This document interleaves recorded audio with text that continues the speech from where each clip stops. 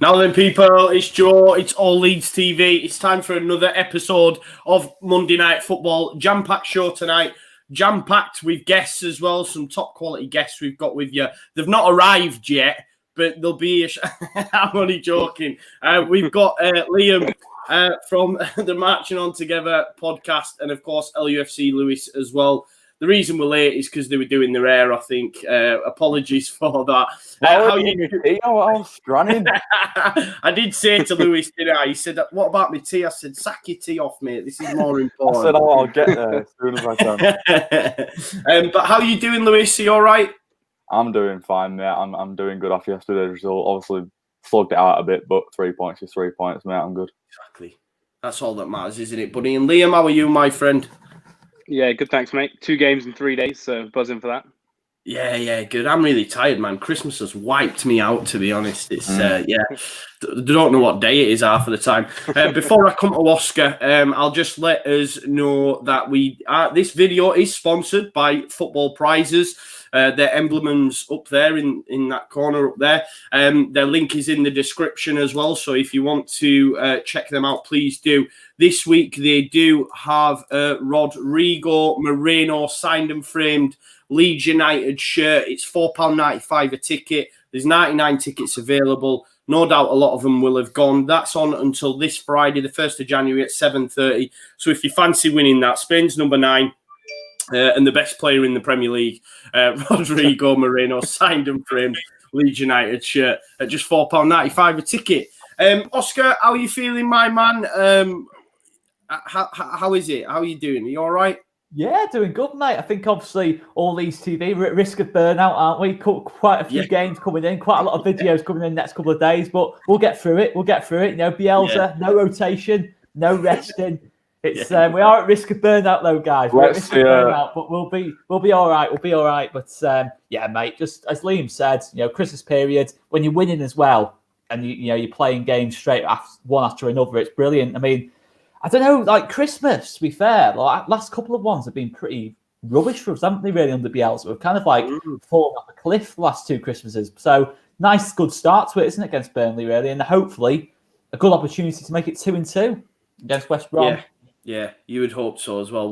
What the plan is for today, it might run over a little bit over an hour because what we want to do is just touch on Burnley like we normally do, but with West Brom being tomorrow, we'll do a bit of a preview for West Brom as well with the help of our guests, if they're okay doing that. And then, of course, we'll finish the show with the famous, it is famous now as well, by the way, the 1 to 5, the lads' best all-time Leeds United 5-a-side team. Big shout-out, Traverse Reflex as well. It's his birthday tomorrow. He's asked for a shout-out, so there you go. Happy birthday, my man. Good shout. So let's get into it. I'm going to start with Illan Meslier. Oscar, I went off on a bit of a rant on our player ratings. I thought he was absolutely fantastic yesterday. I've seen a lot of people doubting it. I've seen people on Twitter having to defend his performance. Some people saying he was very flappy. I don't understand it. Me personally, I'm going to get the guest's opinion on it as well. I think for me, the big thing, I look at that game, and yes, there was times where, yes, he wasn't convincing. But if you compare that with Kiko, I mean, it's chalk and cheese if we're talking about convincing goalkeeping. But also, I think, had he not come for all of them crosses, we'd have probably conceded against Burnley, I think, because they get a free run at it. Liam, thoughts on Meslier's performance yesterday? And just to change, it seems to me there's been a definite change in tact and a decision from either Bielsa or just the defence, or maybe even just Meslier himself to say, do you know what? I'm going to come for every cross now. What are your thoughts on his performance, Liam? Well, it's funny because we mentioned it on the podcast, my podcast, when you came on, didn't we, that he doesn't come off his line enough. Was it you? Yeah, it was, yeah. Oh, man, do you know what? As I'm saying it as well, I'm going, it was Liam. It was Liam. Because I thought it was Paddy from Talking Shut, me and Oscar, and I was saying, I remember someone telling me about coming, and if they come for crosses 9 times out of 10, they get a free kick. It was Liam that told me. Sorry. My man Liam, after all this time. Big shout out. Because you made the point about 9 times out of 10 as well. If he comes, the referee has to make a decision as well, right?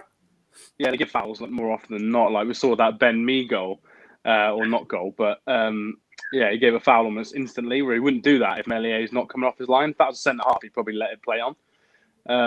We were talking about him. We just think that he's so tall and his arms, his wingspan's huge that him coming off his line gives us another option rather than having to win 1v1 battles all the time. You've got a keeper that can just come out and punch it. So I was impressed with that. I wasn't so sure about his distribution. I put a tweet out saying that as well. I think he'd given the ball away more and more the last few weeks. And I think that's because maybe we're under more pressure. But in terms of coming off his line, I think it's perfect. It definitely helped us, some corners especially, I think. Yeah, great. What about you, Lewis? Thoughts on Meslier? And I said in the live reaction I did with my mates and stuff, I went, look, they had a clear and obvious height advantage from the get-go. They were obviously going to have to make rash decisions coming out off his line and leaping to get the ball from set pieces. And the goal that you talked about that wasn't a goal, I said straight up, I went, if that were us, I'd feel incredibly hard done by. If I'm going to be completely unbiased, I think I'm favouring towards saying it was the wrong decision. I think the goal should have stood, if I'm going to be completely honest, because watching that, I thought, if anything, not that I'm saying he did, but if anything, Meslier fouled them. Not the other way around. He's had no clue. I don't know who leaped. He's had Ben Mee? Yeah, Ben Mee, yeah. He's had no clue what he's doing. He's had no clue Melior's behind him. He's got eyes on the ball. How on earth could he have fouled Meslier there? Do you know what I mean? So if that were us, I'd feel incredibly hard done by. And Burnley fans had a right to complain on Twitter and stuff, but that's football. Things happen, things go against you, things go for you. So in terms of his performance all round, obviously his distribution were a bit dodgy at times, but it's another clean sheet from it at the end of the day, and it's his 5th this season. So, and it is age to come into the side midway through last season and storm the start of the Premier League as well. Hats off to him, and I can't really fault him all in all. So, yeah. Would you, Lewis, want, I know you mentioned there, obviously, the height of the team. Would you want him to do that continuous throughout the season? Coming for crosses like he did? It's an hard question, mate, because if the resulted in how that resulted, then no. Do you know what I mean? If he can do that and catch the ball and keep the ball, and if he's confident enough to keep doing that and it turns out correct, then yeah, but there's no way of really answering that question, mate. I mean, I'd have to see him continue to do it and see how it goes. We do struggle from set pieces height wise anyway, so it's not just his fault. No, that's fair enough. I was going to go to Liam, but he's gone on blackout. I don't know. He's back. He's back. Here we go. Trying to sort my mic out. 2 secs. No worries, buddy. No worries. Oh, where's he gone? Oscar, you then. I mean, I want him to continue to do it, me. I was impressed. I know there's a lot of people saying flappy. It's bold. It's very bold. It is commanding his area. If sometimes he drops it, spills it, and it ends up like it did yesterday, I know the goal was allowed, then I'd be fuming if he continues to do that, because then you're seeing a continuous mistake where you think, stop doing that, Melly. Do you know what I mean? But he's not so far. So if he comes out and does that next game 1 or 2 times and catches the ball, fair enough to him. So we'll just have to see how it goes. But it's a very bold decision from him. And, if he can make it work, then I'll be happy to see him keep doing it. Definitely. Oscar, it's definitely something he's probably going to have to do tomorrow, isn't it? Yeah, no, 100%. I mean, you look at West Brom's goal yesterday against Liverpool. Yeah, the fact that you've got people like Matip at the back there, one of the best headers of a ball in the whole league. And Ajayi's rising above him and he's sticking it in the back of the net. And obviously got Pereira's delivery, which is excellent in those situations. You look at it and think, there's no doubt Big Sam, the last 24, 48 hours, will have them lads on that training ground just swinging balls underneath the crossbar and trying to, and that's the thing. Like, they'll be targeting that, definitely. He'll probably have Carl Bartley trying to block Meslier or Carlin Grant trying to block Meslier and get Ajayi, onto a free header and that lot. And that'll be, looking at West Brom, that's probably their main source of creativity against us, isn't it? But really, you look at it in that sense. So, and then it's the question is, do you want Meslier doing the same thing? Again, like Lewis, I don't know. To be honest, I think we need to see a couple more games of it. Yesterday, but you can see, as Lewis said, big, strong centre back like Carl Bartley. If he kind of backs into Meslier, and Meslier doesn't get the free kick, it's a risky strategy. And I think obviously that one, the Ben Mee goal, Meslier shouldn't have been going that far out of his box for me. He was almost on the outside of the area kind of thing. It was pretty. If the ball travelled a little further, beyond that, I think Melier's in complete no man's land. So that was the only one I kind of thought where Meslier thought, oh, that's a really bad misjudgment. That was a bit of a that gave me Felix Bible vibes. The only thing where I saw somebody say, Oscar, somebody say on Twitter that you could clearly see he knows where the ball's going as soon as it's booted into the box, and maybe makes a judgment that no one around me would have won the header. So fair enough, come out for it. But on the flip side of that, what's going to happen if he does win that header? It's not as if it were right in front of goal; it were edge of the box. So he made the decision. He come out, bold decision, and he spilled it. So he can't be doing that really. So in terms of just judging it off that, if he were to keep doing that, then no, obviously I won't want him to keep doing it. I think see how it goes, mate. I think my thoughts, and I'll come to you, Liam. I think he did come for it. Let's be honest as well, Burnley fans that I saw, it wasn't a foul by Rodrigo in the lead up to the free kick anyway. He won the ball fairly for me. I think that's a point we need to make. Me and Oscar said it on the stream. It was soft before they even scored, and obviously when they've scored, you ram it home even more. Well, actually, it's not even a free kick, but I think, and I was speaking to friend of the show, Darren Driver of All Stats Sam Wee, who we know is a massive fan of Meslier anyway. But for me, if he continues to do that, there may be a few times where he makes errors. But over the course of the season, it will benefit us than him not coming at all, staying stuck on his line, because I genuinely believe had he have not come for as much as he did against Burnley, we'd have conceded. Because he's rooted to his line. Someone like Wood, bang, top corner, off the head. There you go. Liam, where do you stand on it, mate? Well, I think from corners, it was a lot better. It wasn't as flappy. But when it was a bit deeper, that's his issue, where he wasn't quite sure how far to come out. I think it's a good thing, like you said. I think he'll win us more free kicks and or punch the ball more than he'll make mistakes. And the more he does it, the more he'll learn on how to do it, how far to come out. Because we were saying on the podcast that I spoke about before that he doesn't come off his line at all in terms of from corners before this week. So he's not really. It's not a natural thing for him to do. So I think he'll learn on how to do it. As long as he doesn't learn from Kiko in training, then I think that, that's literally the comparison I was about to make. In terms of if that were Kiko come out and do that, it'd be absolutely ripped to shreds. Because but Kiko's got form for it. No, this is what I'm saying. This is what I'm saying. So if Meslier continues to do that and doesn't master it, is what I'm saying. Then it's like this is what I'm saying. That for me, he did. Or from corners, or from the mistake. Well, we didn't concede. We won the game 1-0. They did score. It was disallowed. This is what I'm saying. If he does that in a game where the decision isn't made to disallow the goal, Joe, then we've conceded. If he does that in the 88th minute and it's 0-0, then it's a different story, mate, and it's allowed. Like I said, I don't agree with the decision. If I were a Burnley fan, I'd be absolutely fuming. If that happened to us, we'd be absolutely fuming. Obviously, we've been let off, and I'm buzzing with the result. But I'm saying, if he doesn't improve, which I'm sure he will, because he's taken on a lot of new things since he's come in and has improved it. Kiko hasn't. And it's a different story where it's the 88th minute, you're 1-0 up, and then he comes out because he thinks, no one around, whoever it is going to get the ball and he needs to come out and get it away. Fair enough. But if you drop it and they turn around and belt it into the net, Ayling didn't have a clue what was going on. He went but he never does in the air. That's what I mean. And that's, for me, he's gash in the air. And that's why Meslier needs to make them decisions. But we'll move it on, because as Oscar will tell you, one more thing. I am really passionate about Meslier in this situation. But go on, Oscar. One more thing. If I'm the Leeds United goalkeeping coach, Marcus the Bad, I'm saying to Illan Meslier, watch Kiko Casilla closely, watch him closely in training, and do the exact opposite of everything he does. If that's all you need to say, really. I mean, I just hope they're kept separate in training, to be fair, and Kiko trains with the kids, to be honest, because that does worry me a little bit, in terms of coming for crosses, when they're training together, But anyway, look, it's one of those things, it's... For all we know, Kiko might have said to him, "You need to start coming for him, mate." So you never know, do you? But yeah, let's move on.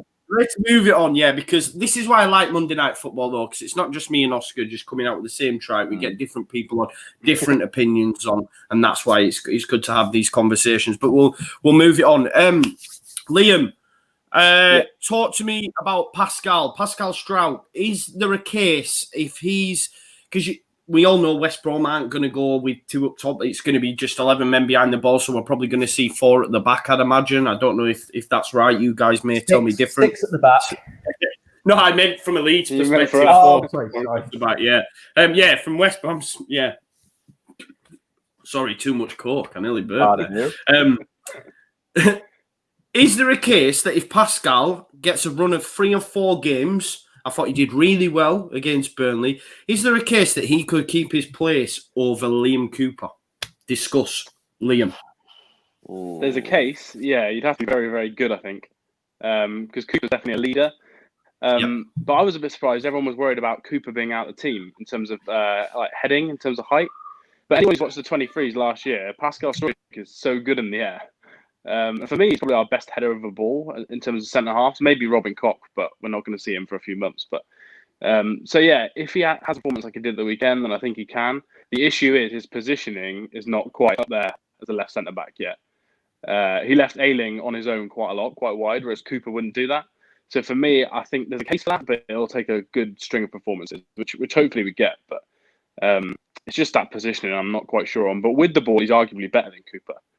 I could see that happening. I just think that maybe not with Ayling. I think you'd need to play him with the Robin Koch long term rather than Ayling for me. Yeah, and were you impressed with his performance against Burnley? I thought he did really well. Yeah, I thought he was really good. He was good in the air. Ayling was better in the air, and Phillips as well than I thought.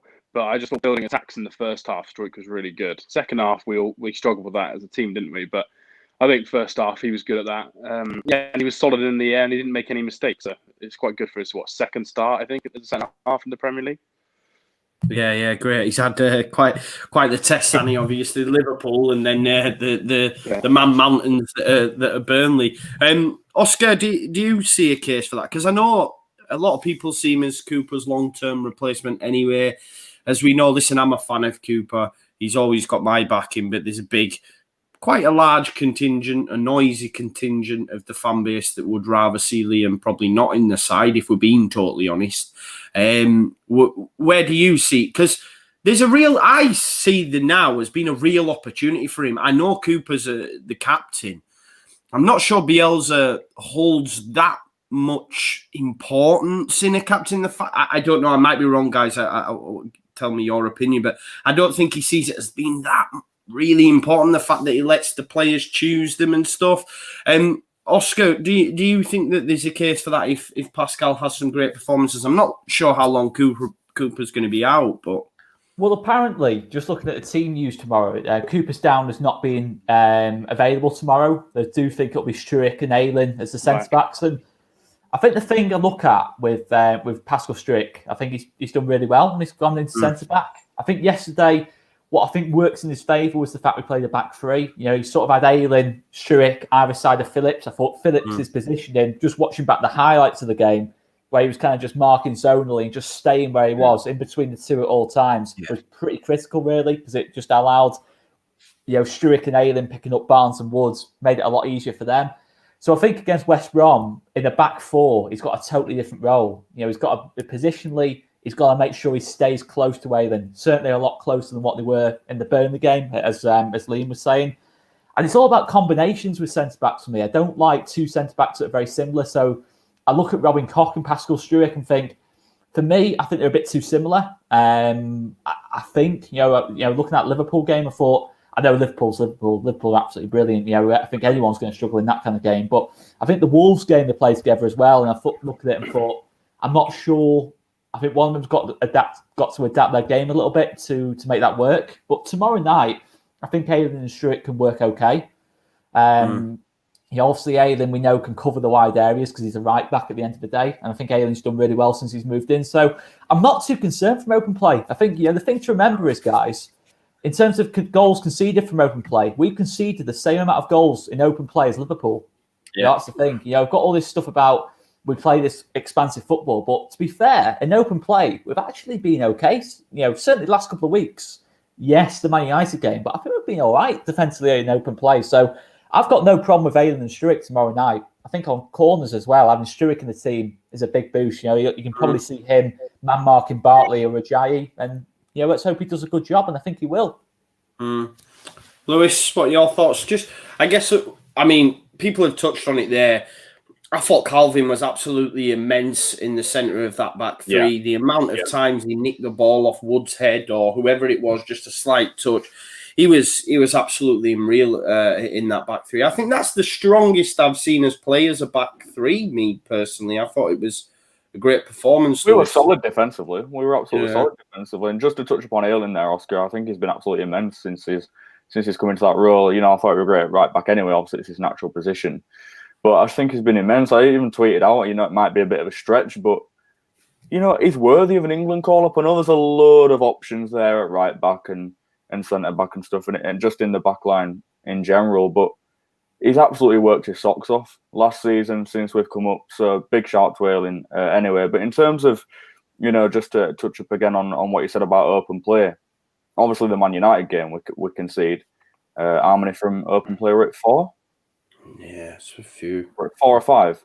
Could have been 10. It could have been 10. Well, what I'm saying in a game like that, is if you're up against a team where they just love to counter-attack, it's going to be goals from open play. And that's why we score so many, because we love to counter-attack and score so many past other teams. So it was just that type of game where it literally could have been, 15-10, because we're very similar sides in terms of just open play attacking. But, Struijk, the only criticism I've got of him is the Villa game in that first 20 minutes. But since then, it just seemed a bit shaky. You remember that first 20. I literally thought he got booked, and I thought he was going to get a straight red. But he held his own yesterday with class, and obviously Cox's going to be out for a while, so I've got no complaints about him. I think we're fine. Got a makeshift back 4 against Burnley. This is the thing, isn't it? And they didn't score, so no worries. I think, make a good point on Ayling. Ayling's probably our best defender. Like all round defender. Just all round, because he can do everything, man. He can do absolutely everything. Right, let's move it on. I'll go to Oscar first of all on this. Mateusz Klich, does he need dropping? Do we need to take him out of the side, Oscar? I know you're a massive fan. Talk to me about Klich. Well, I'll be honest, last couple of weeks have not been. I think this has really been a tough couple of games from Mateusz Klich. I think ever since Everton, really, to be honest. I think that since that Chelsea game, when obviously Kante and Mount were pressing him, I don't think we've seen the same side of Mateusz Klich. I think he was okay against Newcastle, but it's been a bad couple of games for Klich. The only thing I'd say is, and I've said about Klich, is I'm not sure. If there was someone in the team I was looking at and thinking, right, they're making brilliant appearance after brilliant appearance after brilliant appearance off the bench, they could come in, no problem at all, and do Mateusz Klich's role. I'm not really seeing that at the moment. We've seen Dallas go into centre midfield. It's a no-no for me. I don't like Dallas in that position. No. I think at right back, Dallas is having a couple of poor games at right back, to be fair. I'm not sure he's really commanding that at the moment. And never mind midfield, I don't think that's working for him at all. But you obviously look at Shax. Shax is probably the one that makes the most kind of like-for-like sense. But again, Jamie Shackleton, is he going to, at this moment in time, put in a considerably better performance than Mateusz Klich? I'm not sure, to be honest. Well, he played against Villa, didn't he? And he went missing. Yeah. The game after Villa, wasn't it? Leicester, sorry, my bad. And he went missing. But look, to be fair, I just think obviously Shackleton, he's not had the chance at centre mid, has he? He's obviously, whenever he's come on, he's gone to right back or right wing back, and it's a difficult one. I think if Adam Forshaw was fit, I'd say right now, you know what? Nice and simple. Exactly Forshaw comes in, Klich goes out for a couple of games, and nice and simple like that. But I've got to agree. I think it was Josh Hobbs and Darren Driver have mentioned it on all stats, aren't we? You said about midfields, we are very reliant on Mateusz Klich. He's the only kind of number 8 we have. I think obviously Pablo Rodrigo can play deeper in central, but I don't really see him as number 8. I see him as more creators and goal scorers. I don't think they've got that all-round game that Mateusz Klich has. So that for me is a bit of a priority. That if Klich got injured tomorrow night, we've been a bit of bother. I'd look at it and say, we're in a bit of bother that he's out of form. So it's definitely something to look at. But I still look at Mateusz Klich and think he'll play himself back into form. We've seen Luke Ayling, Klich himself last season. A lot of players, Pablo at times, where they've been in poor form, but Bielsa will keep picking them. Remember Klich in Ayling in Bielsa's first season, where he was having poor game after poor game after poor game. I remember that Norwich game, that crucial kind of title decider.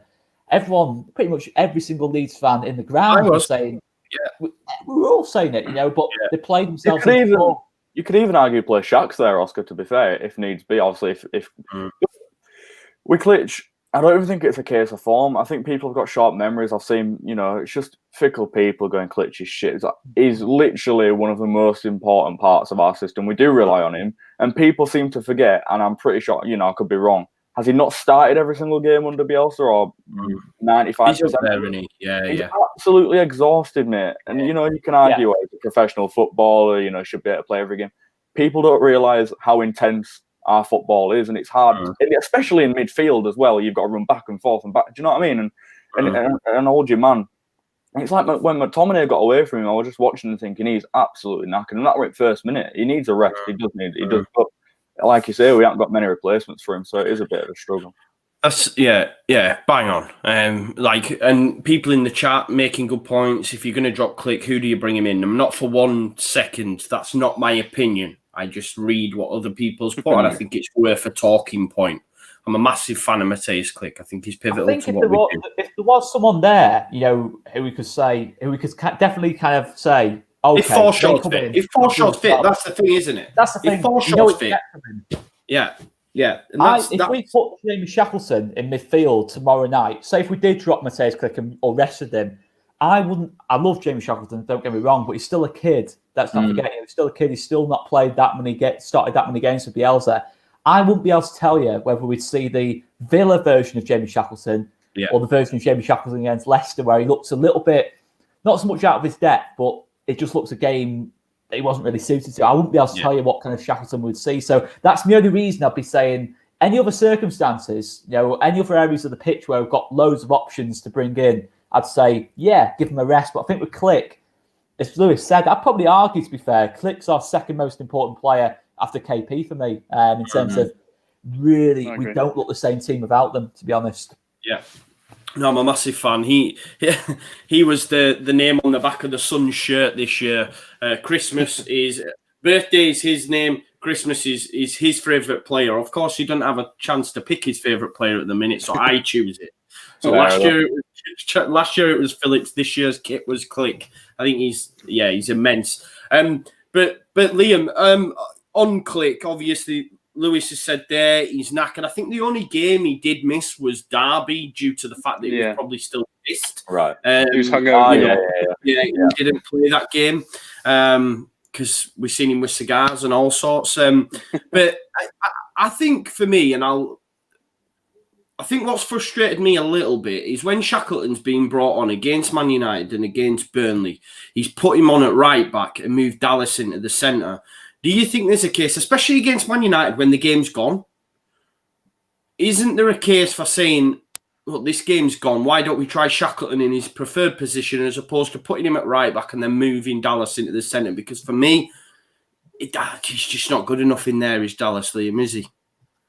No, I'm not a fan of Dallas in there. But it's a worry for me because I think Bielsa now sees Shackleton as a right back.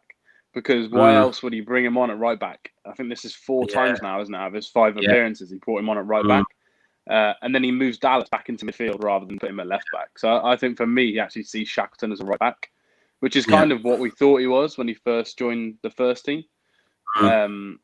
So I agree with you that against a game like Man United, I'd put him centre mid and see if he can do a job.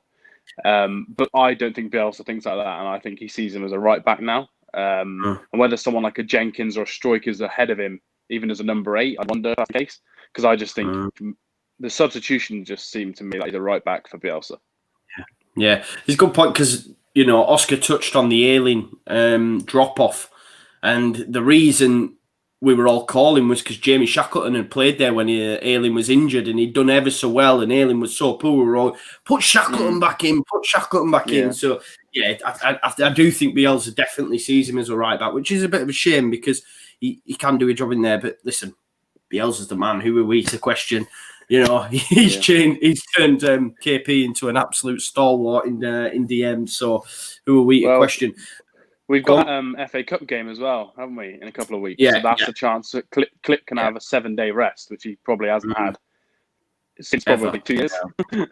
Ever. So for me, I think he needs that break that week. I wouldn't even put him in the squad, and Bielsa sometimes still puts people on the bench, but for Klich and maybe Phillips, I wouldn't even put them in the squad for that game. And I think look at that game though. Just to say, in terms of Jack Jenkins, I look at Jack Jenkins. Only seen him a few times in the under-23s. He looks the most out of everyone in the squad, probably the most Klich-like player, I think. You know, in terms of in that sense. So it'd be interesting to see if Jenkins has a good game against Crawley. All of a sudden, then you've got that option and thinking, okay, he's held his own in that game.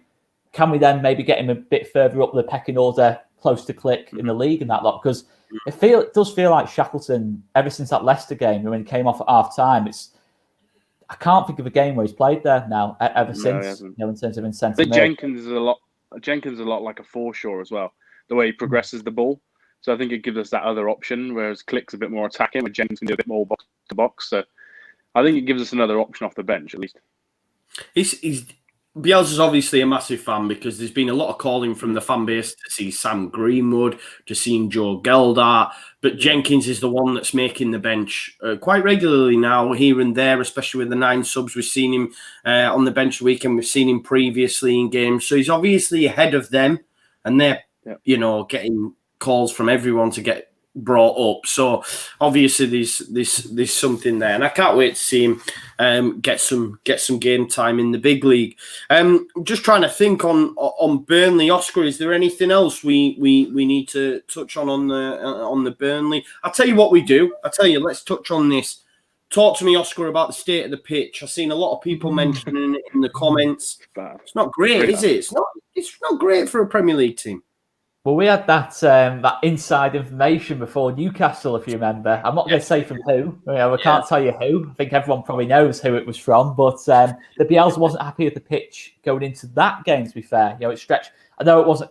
The fact is, when something like a problem with the pitch is visible, that's when you know there's a problem. Sometimes people will complain about the pitch or conditions, and it's not very visible. When it's actually visible on TV, you can kind of see actually the pitch is really cut up there. That's not great. I know, obviously, I've seen a couple of people tweet out that they wanted to relay the pitch in the pre-season, but because we had a really short pre-season from the end of the Championship to the start of the Premier League season, it affected us. We've just been unlucky, but the problem is, I think Lewis tweeted it out, actually. Is it March 21st? Is the next international break is March 27th, but our last game prior to that's the 20th, so you would say the 21st onwards. But even then, it takes 2 months, 12 weeks really to relay a pitch. It's not going to happen. We're not, the best hope we've got. Yeah, the best hope we've got is the weather improving and just the pitch warmers, mate, and the groundsmen doing whatever they can. Just a miracle, really, because even after that, it's not going to be in great nick. It might be all right for a couple of games, but it will resurface. And it's just like you say, we've been unlucky with the whole pandemic and stuff, which has not allowed us to relay it. But I was watching Chelsea Aston Villa, and I thought even Stamford Bridge pitch looks a bit, everyone will be suffering for a minute. Obviously better quality of pitch or whatever, better groundsman, that'll be better nick, but it is very visible. And I was saying prior to the game and throughout the game, pitch looks awful. And then when Bamford actually come out after the game, his post-match interview, and when a player feels the need to mention that it's hard to play on the pitch, then you're thinking we've got 11 home games left. No, it's not what you want away, really, is it? It's slowing the passing down, the movement of the game, balls bobbling. So it's not great to hear, and hopefully they can do something about it. It's not like a 2-second job either, It's like, I remember going to, I was going about my Spanish football, but I went to Barcelona a couple of years ago, but it was like the day I went to, doing the stadium tour. Liam likes his Spanish football, so I've got at least one. Not as much as you. Not as much as you. Any reason to mention it, Oscar? But to be fair, I went the day after Barcelona finished the season, the day after, the whole pitch was just completely, being done. And that was then. I was thinking, what's going on there? And he said, oh yeah, we've got to. They actually said on the stadium tour, where it's got to start today to get it ready for the start of the season. I was thinking, what? And this was like 3 months before, so it's not like a 2-second job. I know a lot of fans were kind of saying it's not good enough. It's not good enough. It's not good enough. And look, to have it in that state, it's not great, but it's not an easy job at all. Obviously the weather conditions, it's winter. It's not ideal. I think, as Lewis said, I think every team's going to have the problem at some point. I think every team, the pitch is going to cuss up a little bit. And when you look at football back in the day, 70s, 80s, or you're talking 60s, 70s more, and you look at the pitches, then you think, how they end up in like a Sunday League pitch, because they didn't maintain them. Then really, you were just, you'd whatever the weather was, you'd have groundsmen, and that rate, you didn't really have the resources to relay the pitch as much as we do now, and it's not as taken seriously as it is now. So that's how it's looking at the moment, mate. By end of season, you could be looking at a 70s pitch if we don't do something about it. But it'll get worse as well with the weather. Yeah. Bring Billy Bremner back. Yeah, dirty Leeds tag. I mean, we get it enough as it is. We might as well just play up to it. My thoughts on that anyway. I asked for players to get red cards and stuff. It's been an interesting month for you on Twitter, hasn't it, Joe? It has, mate. Yeah, very interesting month. Leeds TV as well. I think you've annoyed enough Man United fans this month, lads. Ruffled some feathers. Ruffled a few feathers. Oh, it's been good. Well, you can't be like that everyone, can you? You can't be like that. It's been entertaining, mate. I'll say that. Yeah. You've done a good job. You've done a good job. Moving on. Yeah, there was something else I was going to... right, okay. Let's talk about Bamford. 10 goals.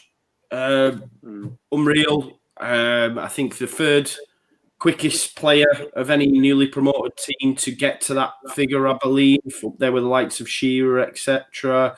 Up there with the likes of Viduka and Yeboah for the quickest to get there for Leeds United as well.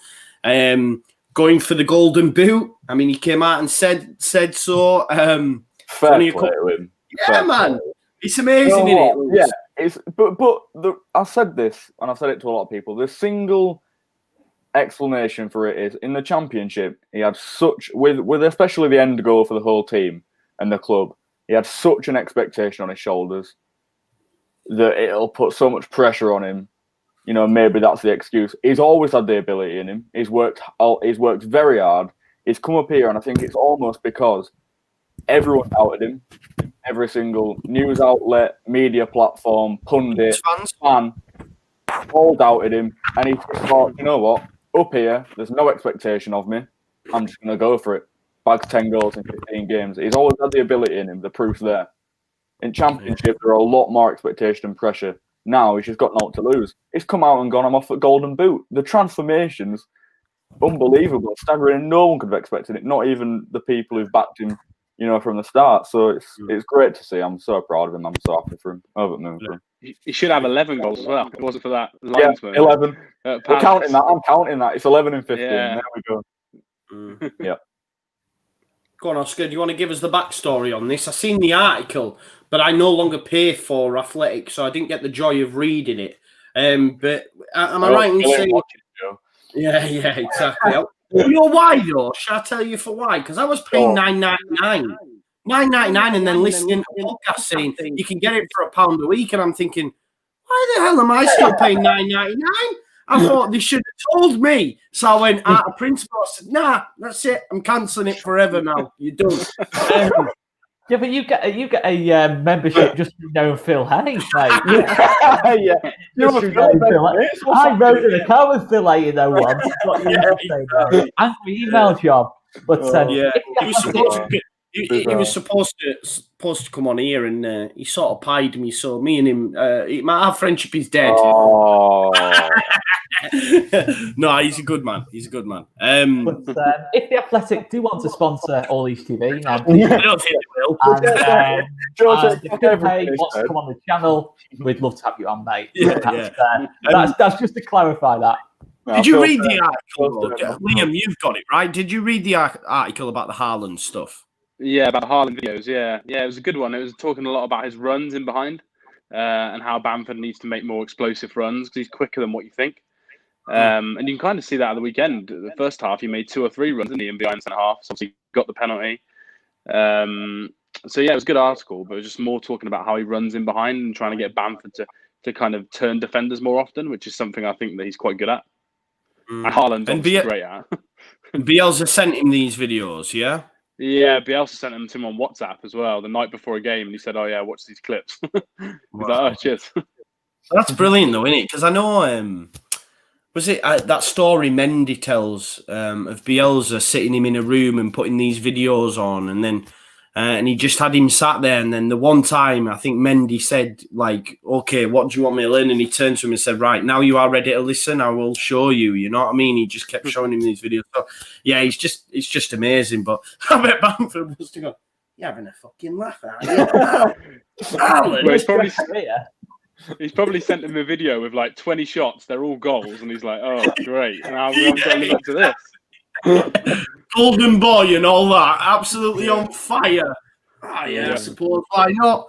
I just want to know what the message said. As he sent, you sent a message and you put something underneath it, like what you actually text and that. I just want to know what the text actually said underneath the video, saying, "Watch, do this tomorrow night." I don't know. I'd love to know what it said in that lot. But well, no, you know what? Like, the goals he has scored, a lot of them are a bit like Haaland-esque, in terms of stop it. They are. Look at the that Chelsea goal. He's not Erling Haaland. He's not Erling Haaland because he hasn't got that pace. Erling Haaland's just absolutely just rapid. No, he's better. And I hope a Leeds team never has to face Erling Haaland, to be honest, because that would be good. But anyway, Bamford, in terms of the goals he's getting, they're not like the goals he scored last season. Last season, every single goal he scored was pretty scrappy, to be fair. But this season, you know what? Some of the finishes, that one at Palace, the 2 at Palace, he finished off. He's gone 1-on-1, and if he had that bit more pace, Paddy Bamford, and I said it today, he'd be one of the best strikers in the league. He'd be one of the best strikers in the league, no question about it. In terms of if he had that pace just to burst past people and get shots off, because the technical level's absolutely unbelievable, in terms of what he can do with his back to goal in terms of linking up play. And I don't know, but I look at it at the minute, I couldn't name you 4 better English centre-forwards in the league than Paddy Bamford at this moment in time.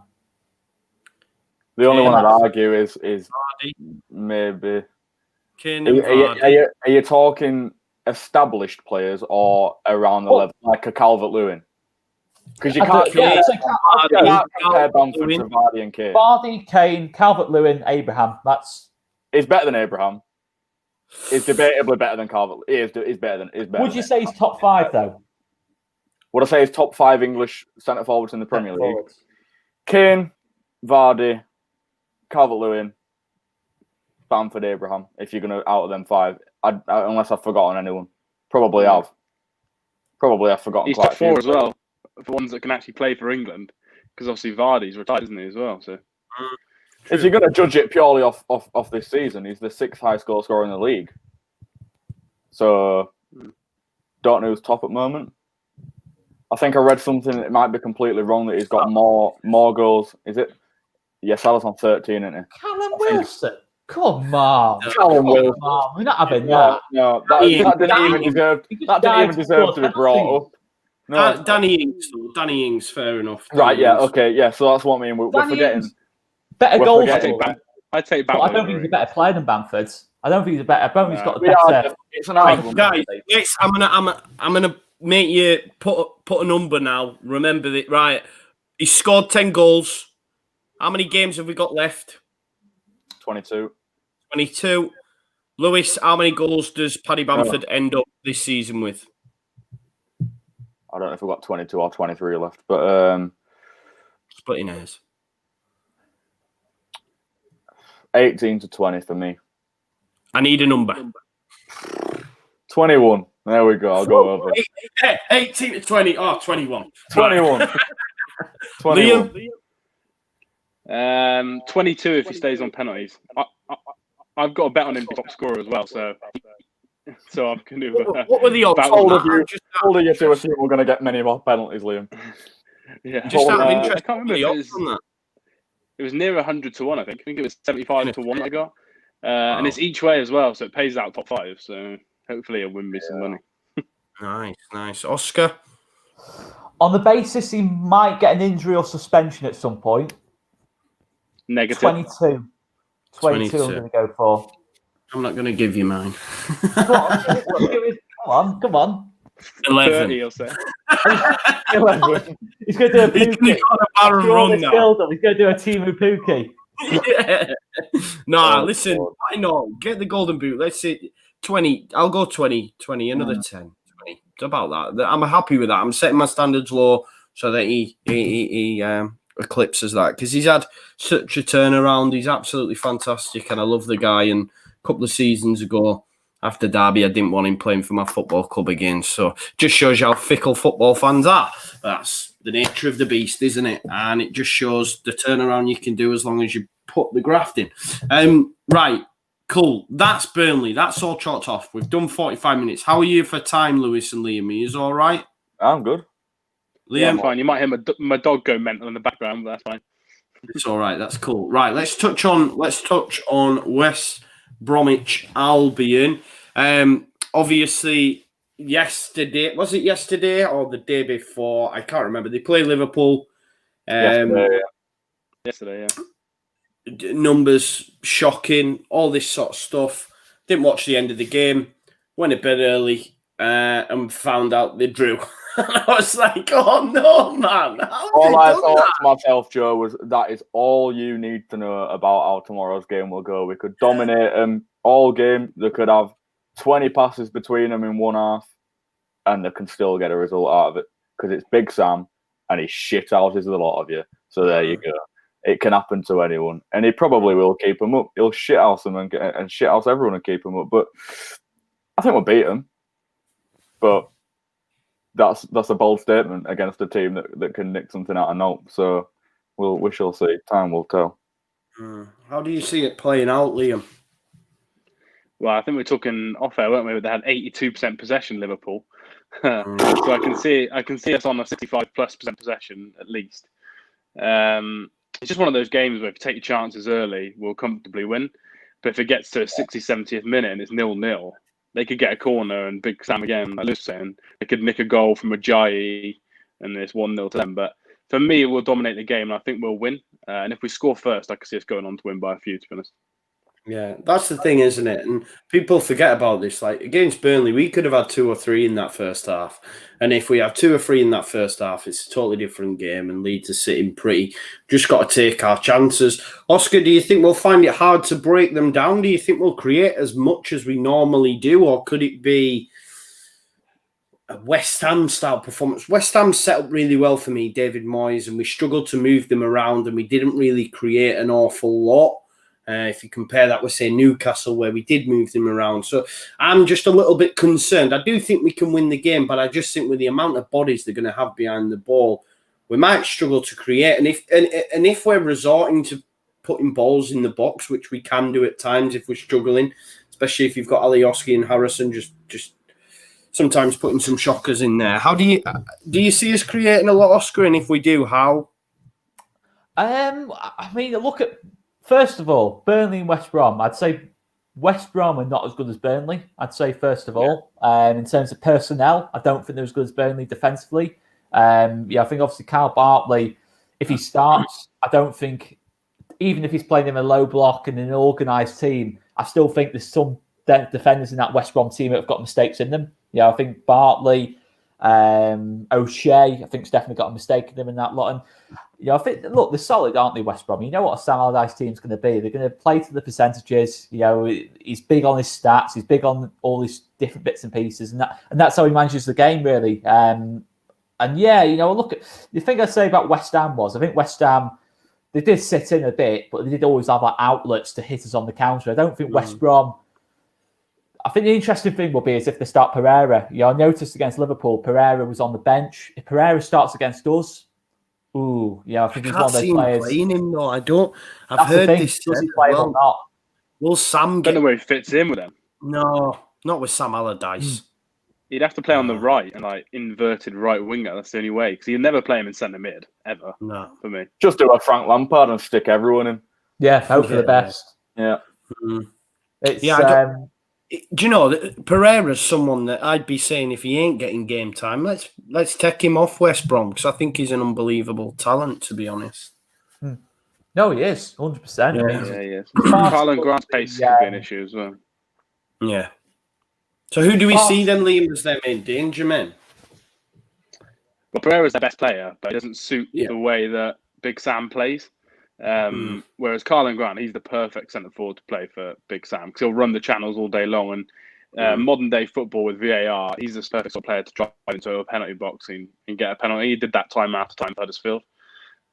He's never played quite well for Huddersfield against us, but I think for me, he's probably their main danger man, especially on the counter attack, where we're going to have possession for nearly the whole game, you'd think. And did Livermore get sent off as well last time out, I believe? Or was that not Liverpool, the game before?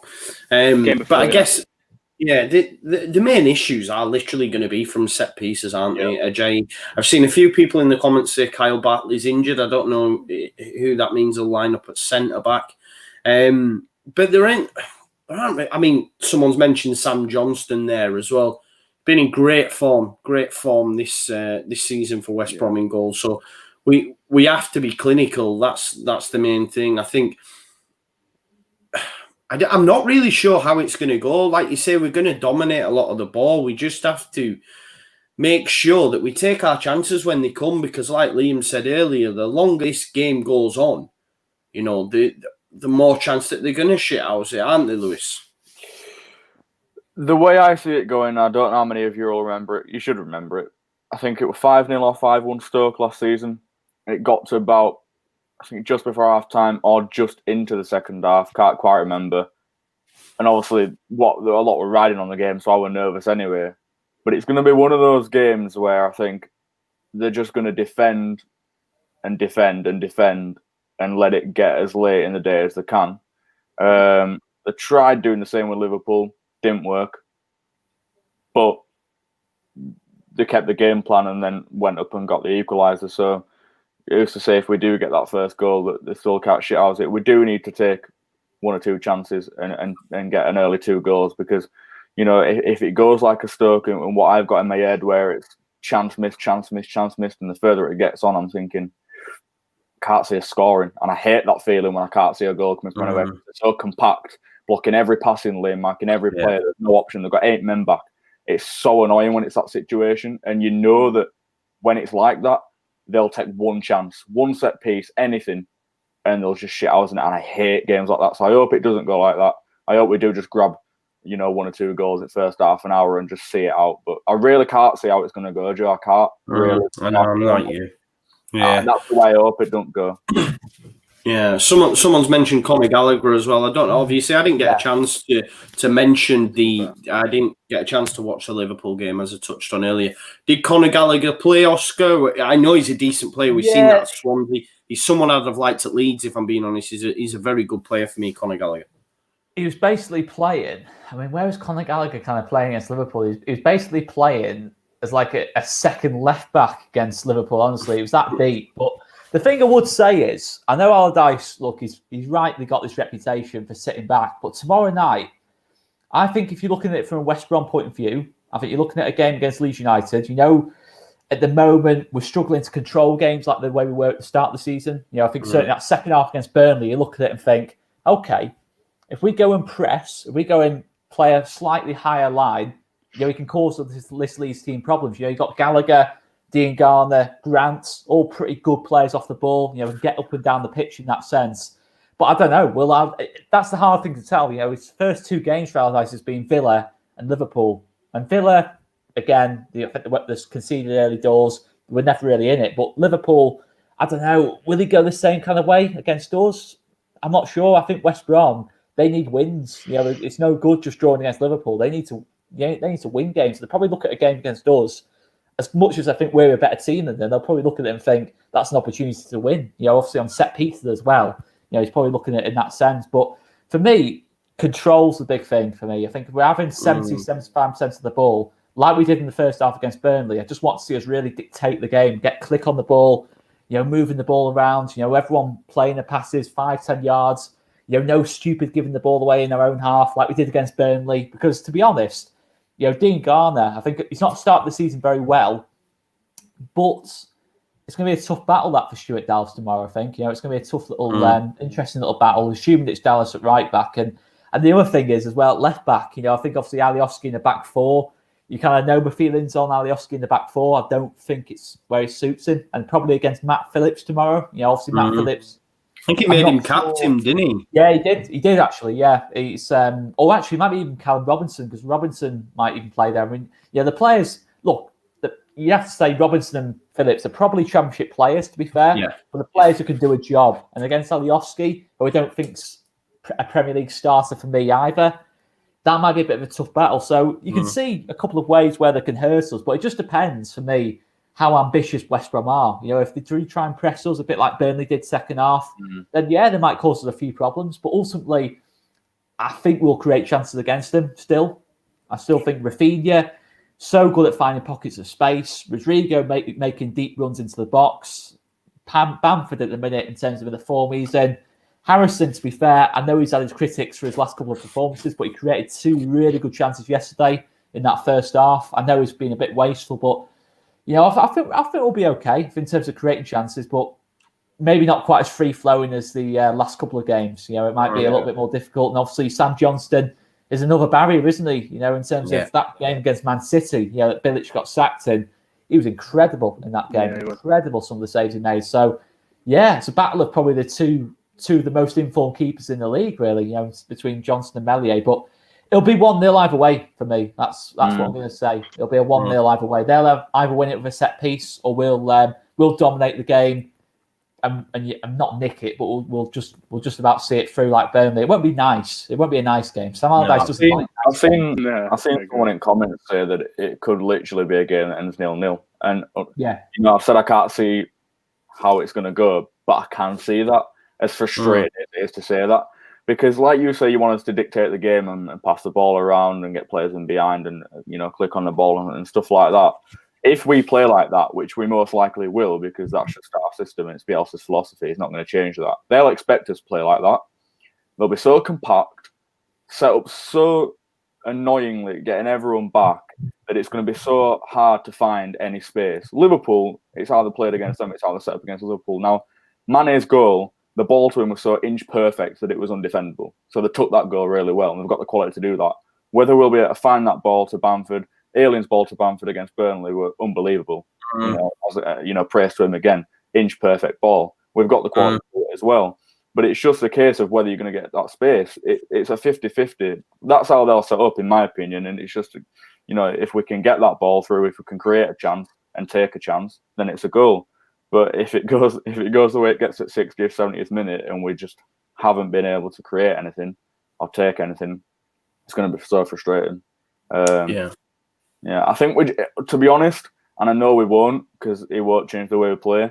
I think we need to go at them like Scum came at us in terms of just full throttle. Because if we do try and dictate the game and keep possession as nice as it is and pass it around and look for the space, they're just going to play tighter and more compact and just see it out, and it's going to be the most frustrating game against a team like this. So just go for it and get chances. That's good. Lewis makes a fantastic point there about if we were to get a point, 4 points from the last 2 wouldn't actually be a bad return. Really, we're on 20 points.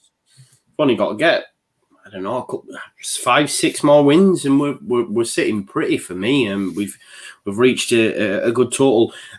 Liam, would you be happy with a point away at West Brom? I think Oscar makes a great point. Big Sam probably thinks if I can nick points away at the big teams, I've got to win games at home, and that's what he probably will do. Oscar makes a good point. He probably will want to win the game, because that's his mantra will be: if we can nick points away at the big teams, we've got to win our home games, especially them ones around us, and we'll be fine. And he probably sees Leeds as being in and around him. So Liam, would you take a point? And if we are to win the game tomorrow, who's key for Leeds United? Who has to have a great performance in order for us to unlock the door?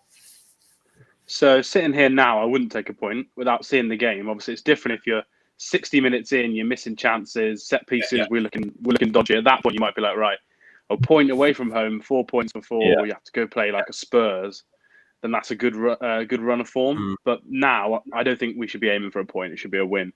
And for me, talking about players who are most key, it's definitely Rafinha and Klich. They are the perfect two players to find those pockets of space, to put the ball through, to link up with Bamford. That I think that we need in a game like this. And we were saying off air that this is a little bit like a championship game. You know, every week we were going away and we were having teams sit 11 men behind the ball, and we have to have 70% possession and try and score a goal. I think it'll be exactly that sort of game. And the difference is now you've got a player like Rodrigo and Rafinha. This is the games where they're made for. You buy them for games like this, where you need a touch of class, you need a good pass, you need a finish. So for me, I'd go Rafinha and Klich. If Rodrigo starts as well, he'll be key. But for me, he's got to track back a little bit better. We can't be leaving Klich just wide open centre midfield with runners around him. That's just not going to work for me. So yeah, I'll go with Rafinha being the most key, and probably Meslier as well, because corners, they're going to have 4 or 5 corners on average. That's what nearly every team does in the Premier League.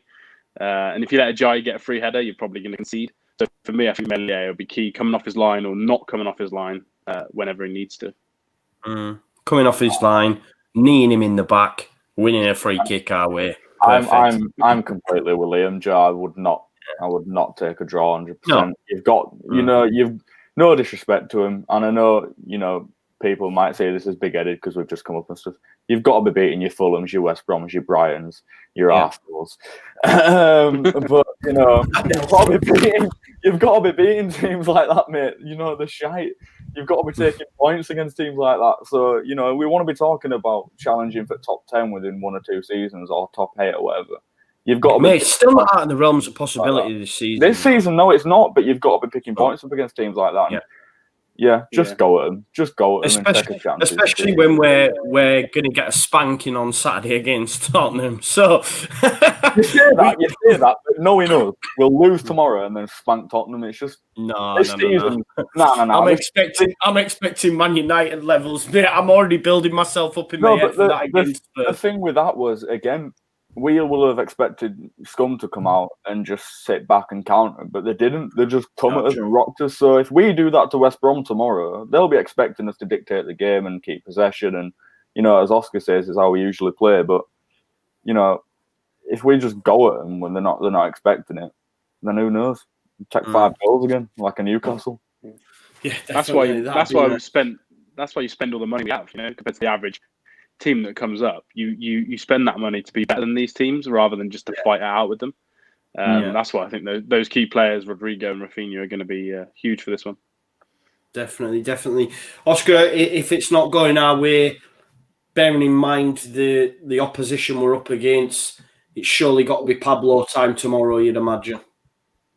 Absolutely, 100%. He's that player that I can see. If we are going to nick it 1-0, I can see it being a case of Pablo coming on with 20 minutes to go and just picking out Bamford to win us the game. I can see it kind of the way Sam Allardyce will be looking at the game is the longer it stays at 0-0, I think he will be looking at someone like a Pablo Hernandez and thinking, I don't want him coming off the bench kind of thing. I don't want him coming off the bench. And that'll be the way he's looking at it in that sense. So I just see Pablo as being massive. If you're trying to find those pockets of space against a deep low block, you saw it against Newcastle. When the game was, I know we won with 5-2, but it wasn't quite the walk in the park that a 5-2 sounds like. At 2-2, 3-2, Newcastle was still coming on to us.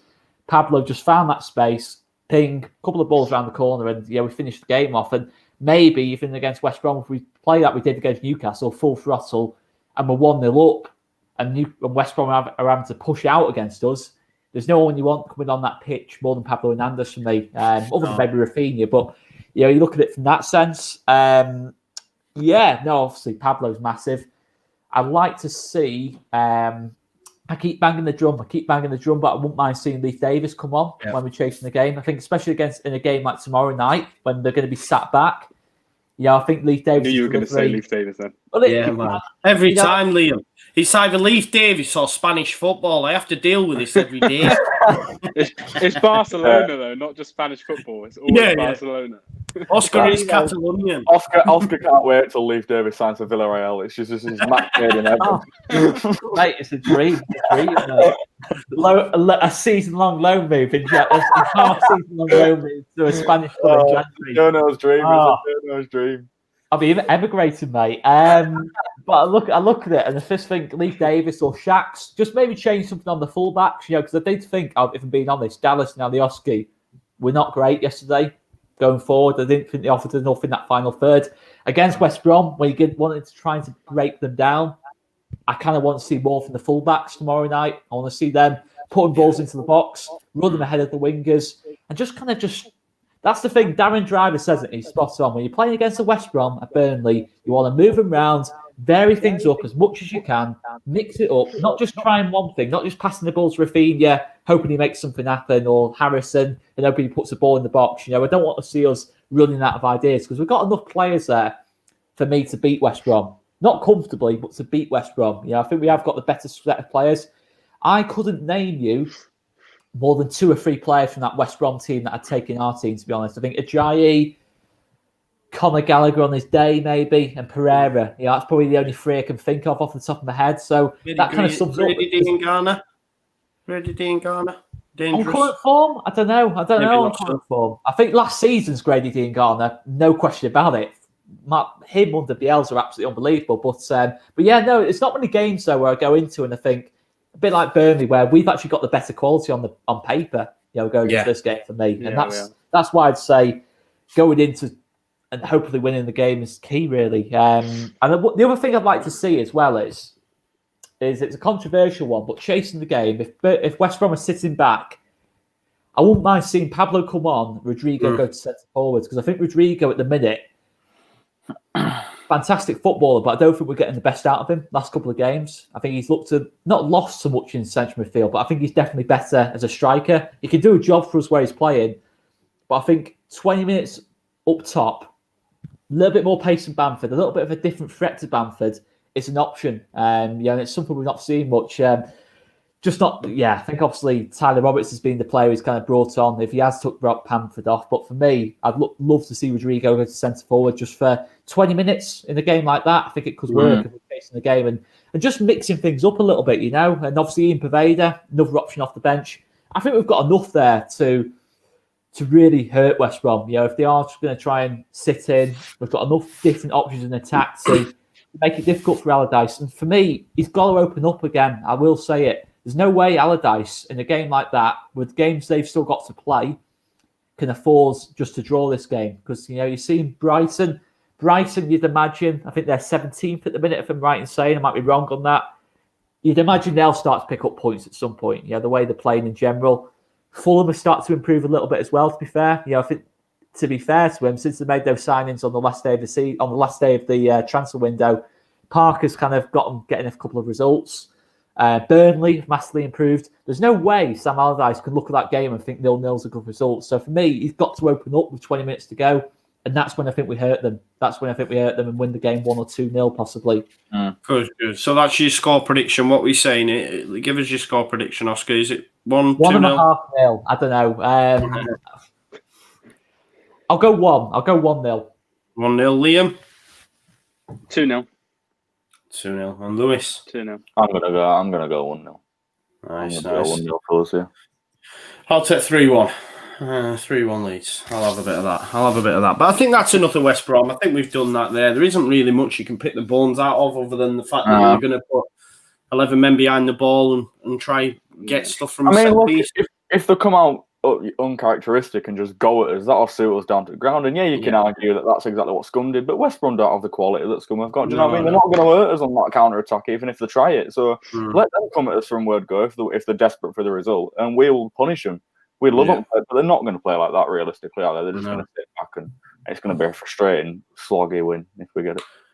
Definitely will be, mate. But that's Burnley and West Brom done to death. I'm now going to hand you over to our man Oscar to do our ultimate Leeds 5-a-side to a thing we're calling 1 to 5. I think we're calling it 1 to 5. Before Oscar does do that, we've got over 300 people watching it. If you could all smash a like on the video if you've liked what you've seen, guys. As I say, there's 311 people watching on YouTube, 112 likes. So do us a solid, smash a like on the video if you've enjoyed what you've watched tonight. I've really enjoyed doing it, to be fair. It's been great. Oscar, I'll hand over to you, mate, and you can take us away. Right, well, let's go to... I'm not sure whose team we're going to first, but I'm just going to go... Whichever one comes up on the screen first, we'll go to Mr. Liam Horsley. Talk us through the board, mate. So, starting at the back, then obviously in goal, Nigel Martin. This is more like growing up generation, really. So, this is one of my dad's favourite players. Two of these players are my dad's favourite players, so it kind of gets passed on. And it's between Martin and Meslier. But I went with Martin just because I think a bit more tried and tested, a bit more typical for a Leeds team. It won't be as good going forward, passing the ball out if we were playing five-a-side. But yeah, I've just gone with Martin over Meslier for me. And then go for it. Obviously got Johnny Woodgate there at centre backs. What was the thinking behind that one, mate? Yeah, so this one more of a sentimental one. He was my favourite player when I was probably, when we were in the Champions League era. And there's a bit of a good story, actually. I went for his first ever game for Real Madrid, a game that he got sent off for and scored an own goal with my dad. And a family friend of dad's worked at Real Madrid at the time, so he got to meet Jonathan Woodgate after the game when he got sent off. So he was just my favourite player growing up, yeah. And actually, Jonathan Woodgate met me with Zinedine Zidane, so I've got a photo of Woodgate, me and Zidane. Wow. So, that's like... Yeah, that's peak. That's amazing, that, bro. Wow. Yeah, he got me into the... he got me and Dad. I was very young, but he got us into the players' lounge, so I got a photo with everyone. So that's more of a sentimental one. Look at Oscar. People can't see this. Ronaldo in that lot. So CR9, he's the only one I didn't meet because Brazil had a game, so he wasn't there. Of course he wouldn't, yeah. So he left straight after. But I met Beckham, Carlos, Hierro, Casillas, all those. Wow. Kiko Casilla wasn't there. Thank God. Thanks. Kiko wasn't there. So yeah, I did that. We did that twice actually. When Jonathan Woodgate was there, so that's a bit of a sentimental one. Nice. And then middle of midfield, I chose Batty and Hernandez. Batty is probably one of our best players of all time. I think he's been underrated by England fans as well because of that tournament where he missed the penalty. But for me, he's the perfect player, really. He's very good on the ball. Everyone saw him as like just a hard-hitting player, but he's still very good on the ball. Hernandez, he's probably been the best player since I've been going to games every week. I think he's in most people's teams now that come on here. We've even named our dog after him. We've got a puppy, and he's called Pablo, named literally after Pablo Hernandez. Brilliant. So I couldn't put him in the team. And then up top, it was Viduka or Bamford. I went with Viduka because unfortunately, we look at it, but Viduka is a better player, or was a better player. And that goal against Arsenal where he's miles offside, I was watching that with an Arsenal fan, and that's still one of my favourite Leeds goals of all time. He's onside as well! He's onside! Yeah. So I had to go with Viduka, but I wanted to put Smith in there, but I didn't know if it'd be controversial with Smith. I went with Viduka. No, man. Do you know what, right? That Smith would be in mine, Liam. Smith would be in mine straight up. Yeah, Smith would be in mine, I think, if I'm being totally honest, which probably wouldn't go down well, you're right. But it is what it is.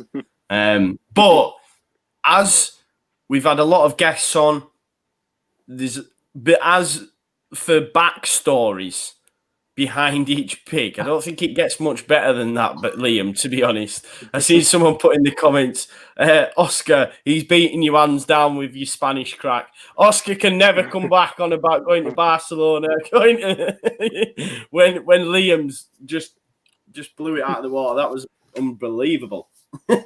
I'll see if I can find a photo as well for you to tweet them out. Oh no, it's all right, mate. Don't worry about that. That's where it gets.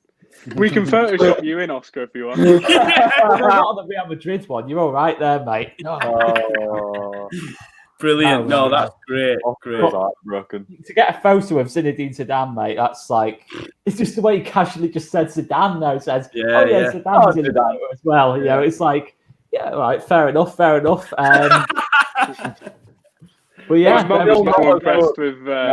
My mum was much more impressed with David Beckham rather than Zidane, as you can imagine. Yeah, fair. Liam, it's still not as impressive as if as if Leif Davis signed for Villarreal. It's still not as impressive as that. So, when that Oscar's going to be Leif Davis' best man. Truly, yeah, Oscar will be truly mind blown. He did have Christmas at the Davises. We found out. I did. Very enjoyable as well. It's a lovely, very good, lovely dinner. Anyway, right, let's go on to a nice nut roast. Yeah. I don't know why I said yes to that. Anyway, try and ignore it. Right, Lewis, mate, talk me through the board. I just before Lewis starts, when he asked for his team, he gave me about 4 different teams, reasons. I said, Lewis, save it for the pod. We're taking your first answer, so talk us through it, mate. Right. I chose Paul Robinson purely because Nigel Martin don't come up and get you a bullet header against Swindon at last minute. So there you go. That's why Paul Robinson's there. Rather because he's a cheat. Don't need to say any more than that. Batty because he's the best DM the club's ever seen it, between him and Phillips. But I love Batty. Not that I ever saw him play in person, obviously. But I just love Batty, like watching old games and stuff. He's a character. He's Leeds through and through. Strachan, feisty little bastard. Love him to bits. Pablo can nutmeg mermaids and see things other people can't see, but he's not better than Strachan at the end of the day. You can argue that we've had players before Strachan who are better. As Joe mentioned, I did say about 4 different teams because I thought we were only doing Premier League onwards and then realised we've got your best team in 1970s, but I didn't include anyone from there. And then Viduka because, in my opinion, best striker club scene in the last 20 years. But again, I didn't include anyone prior to that. So the big man's up top. Very quickly ran you through it. So, but yeah, I could if we're doing all time, Hunter would have been in there, Norman would have been in there for Radaby, and Bremner would have been in there for Strachan. But I think the rest of it would have stayed the same. For me. Solid. That's mine, yeah. I think they're both solid. Who wins the war, do you reckon? Who wins the battle? Obviously, we put it on Twitter for a poll. Who do you think? I think Robinson always had a clanger in teams, aren't they? You got Batty and Viduka in there. I'd say Martin's better than Robinson. I'd take the Chief over Woodgate, but it's like it's quite an interesting little battle in that sense, and it kind of leaves. Pablo's better for 5-a-side. I'm seeing it's a generational thing as well, isn't it? I'm seeing comments saying Lewis wins, Liam. I'm sorry, mate. I'm afraid. It's generational. If you're after 91, 92, you're picking Pablo. And if you're, of that, the Wilco era, you're picking Strachan. It's similar sort of impact, really, in terms of getting the team and dragging them up, So, yeah, big shout out. I was torn between Pablo and Decor. Decor's one of the best players I've seen. Well, if they'd gone Decor, mate, you would have won this one. But for me, because you support because you got a picture with Zidane. Yes, Oscar. Swing the boat. Come on, lad. There you go. Yeah, love that. Love that. Great. Pablo's going to nutmeg Paul Robinson. I can't. Yeah, I win. I can't read that. No, we can't read that. But he basically says Lewis wins. But we shall see. We'll let Twitter decide because everyone always knows that Twitter's. Twitter hates me. Twitter will vote against me. That's what I'm saying. Lewis, I can relate. We can all relate. Yeah, good. Right, great. Absolutely fantastic Monday Night Football. One of the best we've done, if I do say so myself. I thought it was really good, really informative. 2 cracking guests as well. Liam, this is where we give you the opportunity to sing about yourself. Liam, because not a lot of people might not know about the Marching On Together pod. We have tweeted it out a lot from all Leeds TV. If you follow us on socials, Oscar's been on, myself been on. Not sure if Lewis has been on. Maybe we can make that happen. But yeah, Liam, talk to us about the Marching On Together pod, mate. Yeah, we're on Twitter at Motpod. And it's just a weekly podcast. The idea is to have different guests each time, so you're not just hearing the same opinions. And then kind of hear different views on each game for Leeds. And then we've also got a fortnightly pod where we review every single Premier League game. in terms of like a roundup. So like who's doing well, who's doing poorly. We played a couple of games like unpopular opinion, where I've said that Arteta should get sacked and Harry Kane's the best player in the Premier League. That's been a couple that have been on it. I've seen people say Harry Kane's best player in the world, mate. So there's no wrong with that whatsoever. Come on. Now. Excuse me, Lewis. You know you are talking to a Barcelona fanatic over here. Any talk such as that about Mr. Harold Kane being better than Messi does instantly end in not only getting any excuse for you to come back to Spanish football. I swear to God, it always comes about, Oscar. Look, it wasn't 5 just me minutes. This week, to be fair. It wasn't just me this week, to be fair. Liam, well, at least Harry Kane hasn't got attitude as problems. well. At least Harry Kane hasn't got attitude problems, Oscar. So there you go. Stick that up your pipe and smoke it, mate. Well, hang on a second. No. Let's see. When Harry Kane, we don't need to talk about Messi for an hour. Whoa, fishing rod. There we go. We've got. I mean, let me drop this clanger in there. I think Ronaldo's better. Anyway, So Liam. Well, I'll tell you something. Why didn't Kane square it to Sterling? That's all we need to say. Because Right, Sterling Liam, would have belted it over bar. That's why. Talk to us about the marching on together. You did it, didn't you? Have you done it? Where can we get you? Yeah, so we're on all podcast platforms, really. So Apple, Spotify, Stitcher, everything. So go follow us on there and on Twitter. I think we've got Paddy Miller coming up as our next guest and talking to as well. So probably after this round of games, because of Christmas, we've all been so busy. So yeah, that's the plan. And then after the new year, we'll review all the Christmas action as well. Yeah, great stuff. Great guest as well. Paddy knows his stuff. Yeah, just class. Lewis, talk to us about what you're doing. Mate, to be honest, big shout out, Lewis, because I've been really impressed with the Chelsea videos, the Man United videos. On the morning of both of them games, I watched them because it really got the juice. I'm welling up here, mate.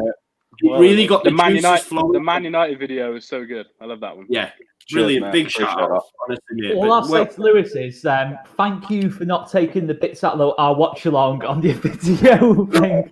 Thanks for doing that, mate. That was. I think that's best left unmentioned, to be honest, Oscar. I think that's just. You know what? The reaction to that was interesting. From an outside point of view, it was a shitstorm on Twitter, wasn't it, mate? But Twitter is. So there we go. Yeah, but, that's what, do you know the mad thing though? We had a lot of people actually message to say where were Jack and Tash, but you can't please everyone. Do you know what I mean? It is what it is. It's yeah. It is. It would not have been as bad, the reaction to it. And I know that Jack were angry if Tash hadn't left the stream, because it looked a lot worse because obviously she looked worried and then left. So obviously people were making the jokes of, oh, he's angry. You know what I mean? So I felt in that situation, all I felt sorry for was you and Oscar, because it was just calm reaction, like, you know, scored first minute. I didn't know what was happening, mate. I didn't. I was just like still honestly, mate. But it just looked. 3 minutes. I just felt sorry for you two, but do you know what? Yeah, it's better left in past, mate. It's just heat at moment thing, and it's. But people react the same off camera. He wasn't playing up to the camera. He was just fuming. He hates them. Do you know what I mean?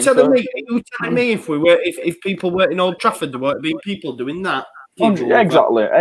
But yeah, no, I appreciate the kind words in regards to you know, I love doing lockdowns. Just, you know, opened a lot more doors for me in terms of knuckling down and getting new content out. Obviously, before I was just doing the promos and the trailers and the match content, the vlogs and that. But now, you know, documentaries, podcasts, just a whole new line of content. It's gone down really well. So I appreciate all the support I'm getting from the likes of you and everyone else. But yeah, if you don't watch the videos, just LUFC Lewis on YouTube, head over and subscribe and drop a like or whatever. You know, I'm nearing 20k. But so we're all Leeds TV. So if you're not subscribed to this lot and you're for some reason watching the live stream and not subscribed, subscribe. Go listen to MOT podcast. It's so frustrating. You look at the analytics. You should be following us all. We're all brilliant. Do you know what I mean? So I'm joking, but yeah, I appreciate that. It'll like say 46% of your viewers aren't subscribed. Yeah. Subscribed a lot of you. Press subscribe. What are you doing? Do you know what it is? What I found out is if you go and say it's free, people automatically go, it's free subscription. Then they do it, but because they see a big red button that says subscribe, they think, going to be. It's like the older generation. No offense, but like if there are any older generation watching this that aren't, it's free. It's very free. It's 100% free. Free. And it means that you won't have to find videos from links on Facebook and stuff. You just get them in your sub box. There you go. Notifications. Turn your notification bell on. There you go. Yeah, there you go. There you go. Click the bell. Yeah, that's it then. I think that's been it. We a little bit longer than normal. Absolutely fantastic. Absolutely unreal. Cycling Fox was obviously one of them older generation that didn't know that you had to pay, and he said, "I've now subscribed." There you go. Well done. Top man. Following Cycling Fox. Yeah. That's what we want. But make sure you check out LUFC Lewis on YouTube, Liam on the Marching On Together pod. He knows his stuff about football, so make sure you check it out and listen to it, especially the episodes where I feature, because they're obviously the best. But no, honestly, brilliant. From an All These TV perspective, tomorrow we'll be live with your live lineups, the match itself, post-match reactions, and of course, your player ratings. Then from Wednesday, we'll be looking to do a live opposition preview with some Spurs fans. Thursday will be our joint live preview. Friday will be before the whistle blows. And then Saturday will be game day again as we get spanked by Spurs. But I'm not looking forward to that one, guys. Nil. We'll win. Pablo score the winner. Well, that would be perfect, but it could get a little bit scary for me, but it's okay because it's talking. They've had a few dodgy results recently. Yeah, where they're perfectly set up. But anyway, we better leave it there because we could be here all the time. Thank you so much, everyone that's tuned in. If you are just going to leave, I know a few of you have already gone, but please smash a like on your way out. Make sure you check the lads' contents, and we'll do that dodgy bit now where we end the stream.